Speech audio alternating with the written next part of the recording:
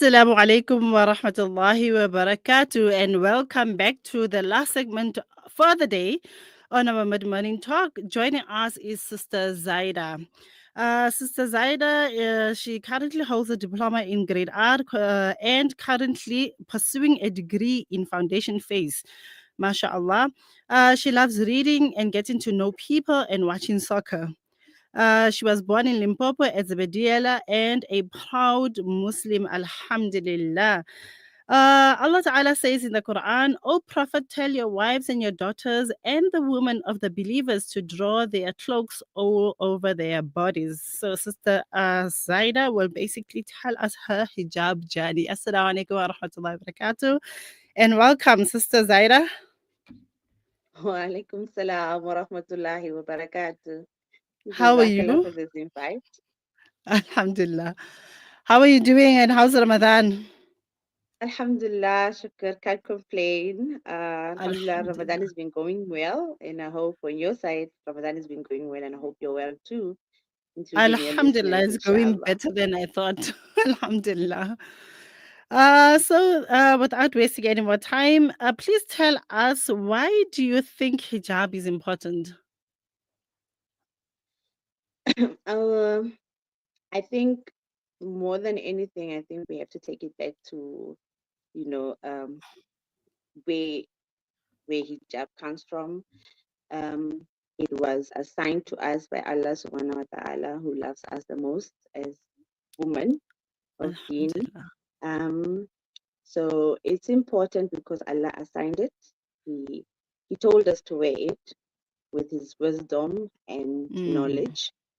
And looking at how this world is currently and how they are towards women or how they treat women, I think hijab is very important because it protects you from evil eyes, I think, also mm, from prying eyes. It's not to say that if you are wearing modest, you are 100% protected to that extent, because, predators will always be predators, but at least it gives you a sense of safety to some extent compared to people who don't wear modestly or not in hijab. Inshallah, Alhamdulillah, hope that's that very true. answers. Tell us, what does hijab mean to you? Hijab to me means safety, means la fulfilling fulfilling a promise I made when I took the Shahada, um, Alhamdulillah. respecting Allah's will, you know, and also taking pride in knowing that I am one of the chosen one to be the face of Islam and what Islam stands for. We all know that Islam is under attack from all angles. Can be, Mm, you know, words being twisted, or how we choose to present ourselves is now being seen as we are being oppressed and things like that. So hijab is more than just a cloth, It's more than a cloth. It's how we carry ourselves. It's how we speak with people. It's how we guide our tongue, our eyes, our hands, our feet, where we walk, the places we walk into, gee. um, the speech we use when we speak to people, or, you know, so it's more than just a cloth. It's who you are. It builds you as a person. I think people, when they look at women wearing hijab, they expect, there's an expectation of how a person should carry themselves. So I feel like we definitely are the anchors of hijab through how we carry ourselves and how we present ourselves to the world. Alhamdulillah. I like the fact that you're mentioning hijab is not only like, wearing your scarf, etc., but how you carry yourself, how you talk to people. That also is hijab on its own. And what made you start wearing hijab, and how did your family feel about this? If I can give just a background, Alhamdulillah, we were born Muslims at home. Alhamdulillah. Even though it was not, I can say we were not, uh, I can say some members were not practicing, but Alhamdulillah, we were brought up Islamically. We went to Alhamdulillah. madrasa, so it was like a normal thing. Yes, we wear our hijab when we go to madrasa. We come back home, we play, we're kids. But I think the journey with being so invested in it started for me recently. You know, it's funny I'm saying that because being born Muslim and everything, but along the way, I think I lost my way. But alhamdulillah, I'm back Mm. now. But I think one thing Alhamdulillah. that motivated me to now take this journey serious is becoming a mother to a girl. So Mm. I put it to myself to say, I have these desires for her. I want her to be a proud Muslim. I want her to be in hijab. But I also had to look at myself to say, I want all of these good things for my daughter. Is it not best for me to be that example for her? I should now start wearing Subhanallah. my hijab. I should start putting on my scarf because I understand this is the first place she will learn to love Islam. It's through me. It's through the Mm. examples that I will set for her. I will be the standard for her because I'm her. Subhanallah. The Yeah, first that is place so to. beautiful. Leading by example. Yeah, that is so beautiful because obviously, I always tell my kids that small children are monkey see, monkey do. So what you're doing, it reflects on the children. And when they start doing the things they're doing, don't be surprised because some of those things are the things that are being done in the home. So I love Mhm. that. A mother's lap is the first madrasa, definitely. Um, Alhamdulillah. Alhamdulillah. What challenges do you face or currently facing with regards to your hijab? Um, I think, like I said, we come from a very diverse community in Zebidiela in Limpopo. So hijab was not such a taboo there because I think most of the families there, they knew they were Christians, they were Muslims, so they were very accommodating to both religions or whatever a person believed in. And Alhamdulillah, I got an opportunity to go to a boarding school in Durban, so that also just intensified the religion, the deen, putting on Mm, hijab. Then you grow. You're a teenager going into adulthood, and then you come back, and now you're in an environment that is not as accommodating to hijabis.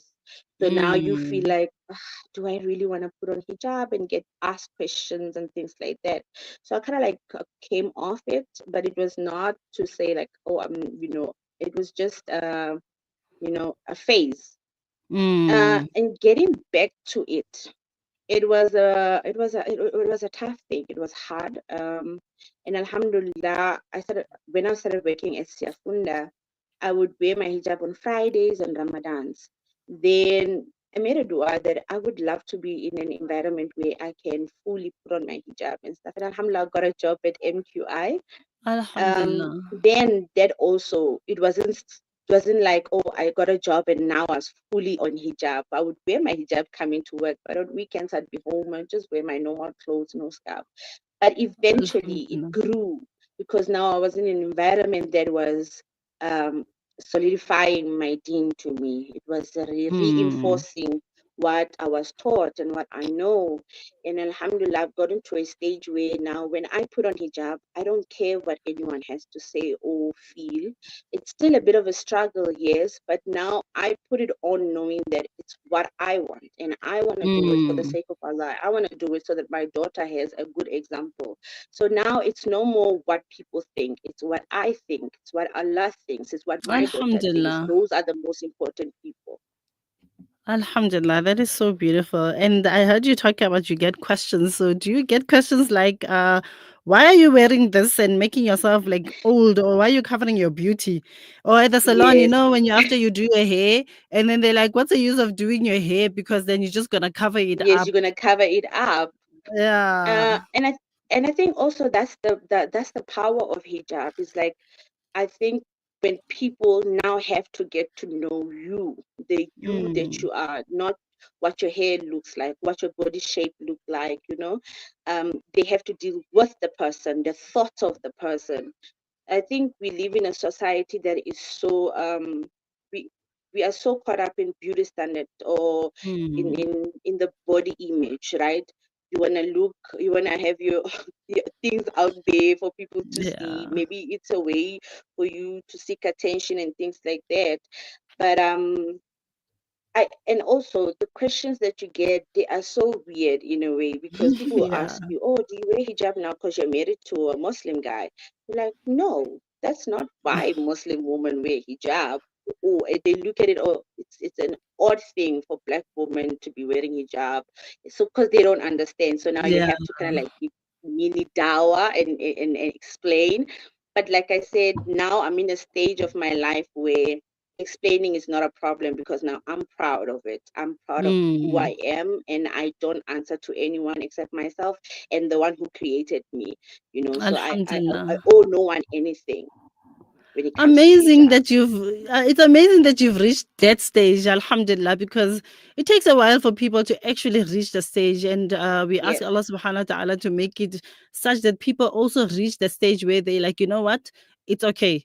I don't yeah, care who says what, when they say it, what they feel, all of that. I am doing this for Allah Ta'ala's pleasure and Allah's pleasure alone, and I will continue to do it for Allah's pleasure, inshallah. Ameen. 100%. I mean, I mean, that brings me to my last question. What advice can you give to those women who actually wish to wear hijab, but they struggle and they're having all these different type of challenges? Or maybe somebody's coming from the location and they don't have that type of support, and they mm, want to wear it, but they're afraid to be asked yeah. questions, even from Muslims themselves. I think I think what works best is knowing why you wear hijab.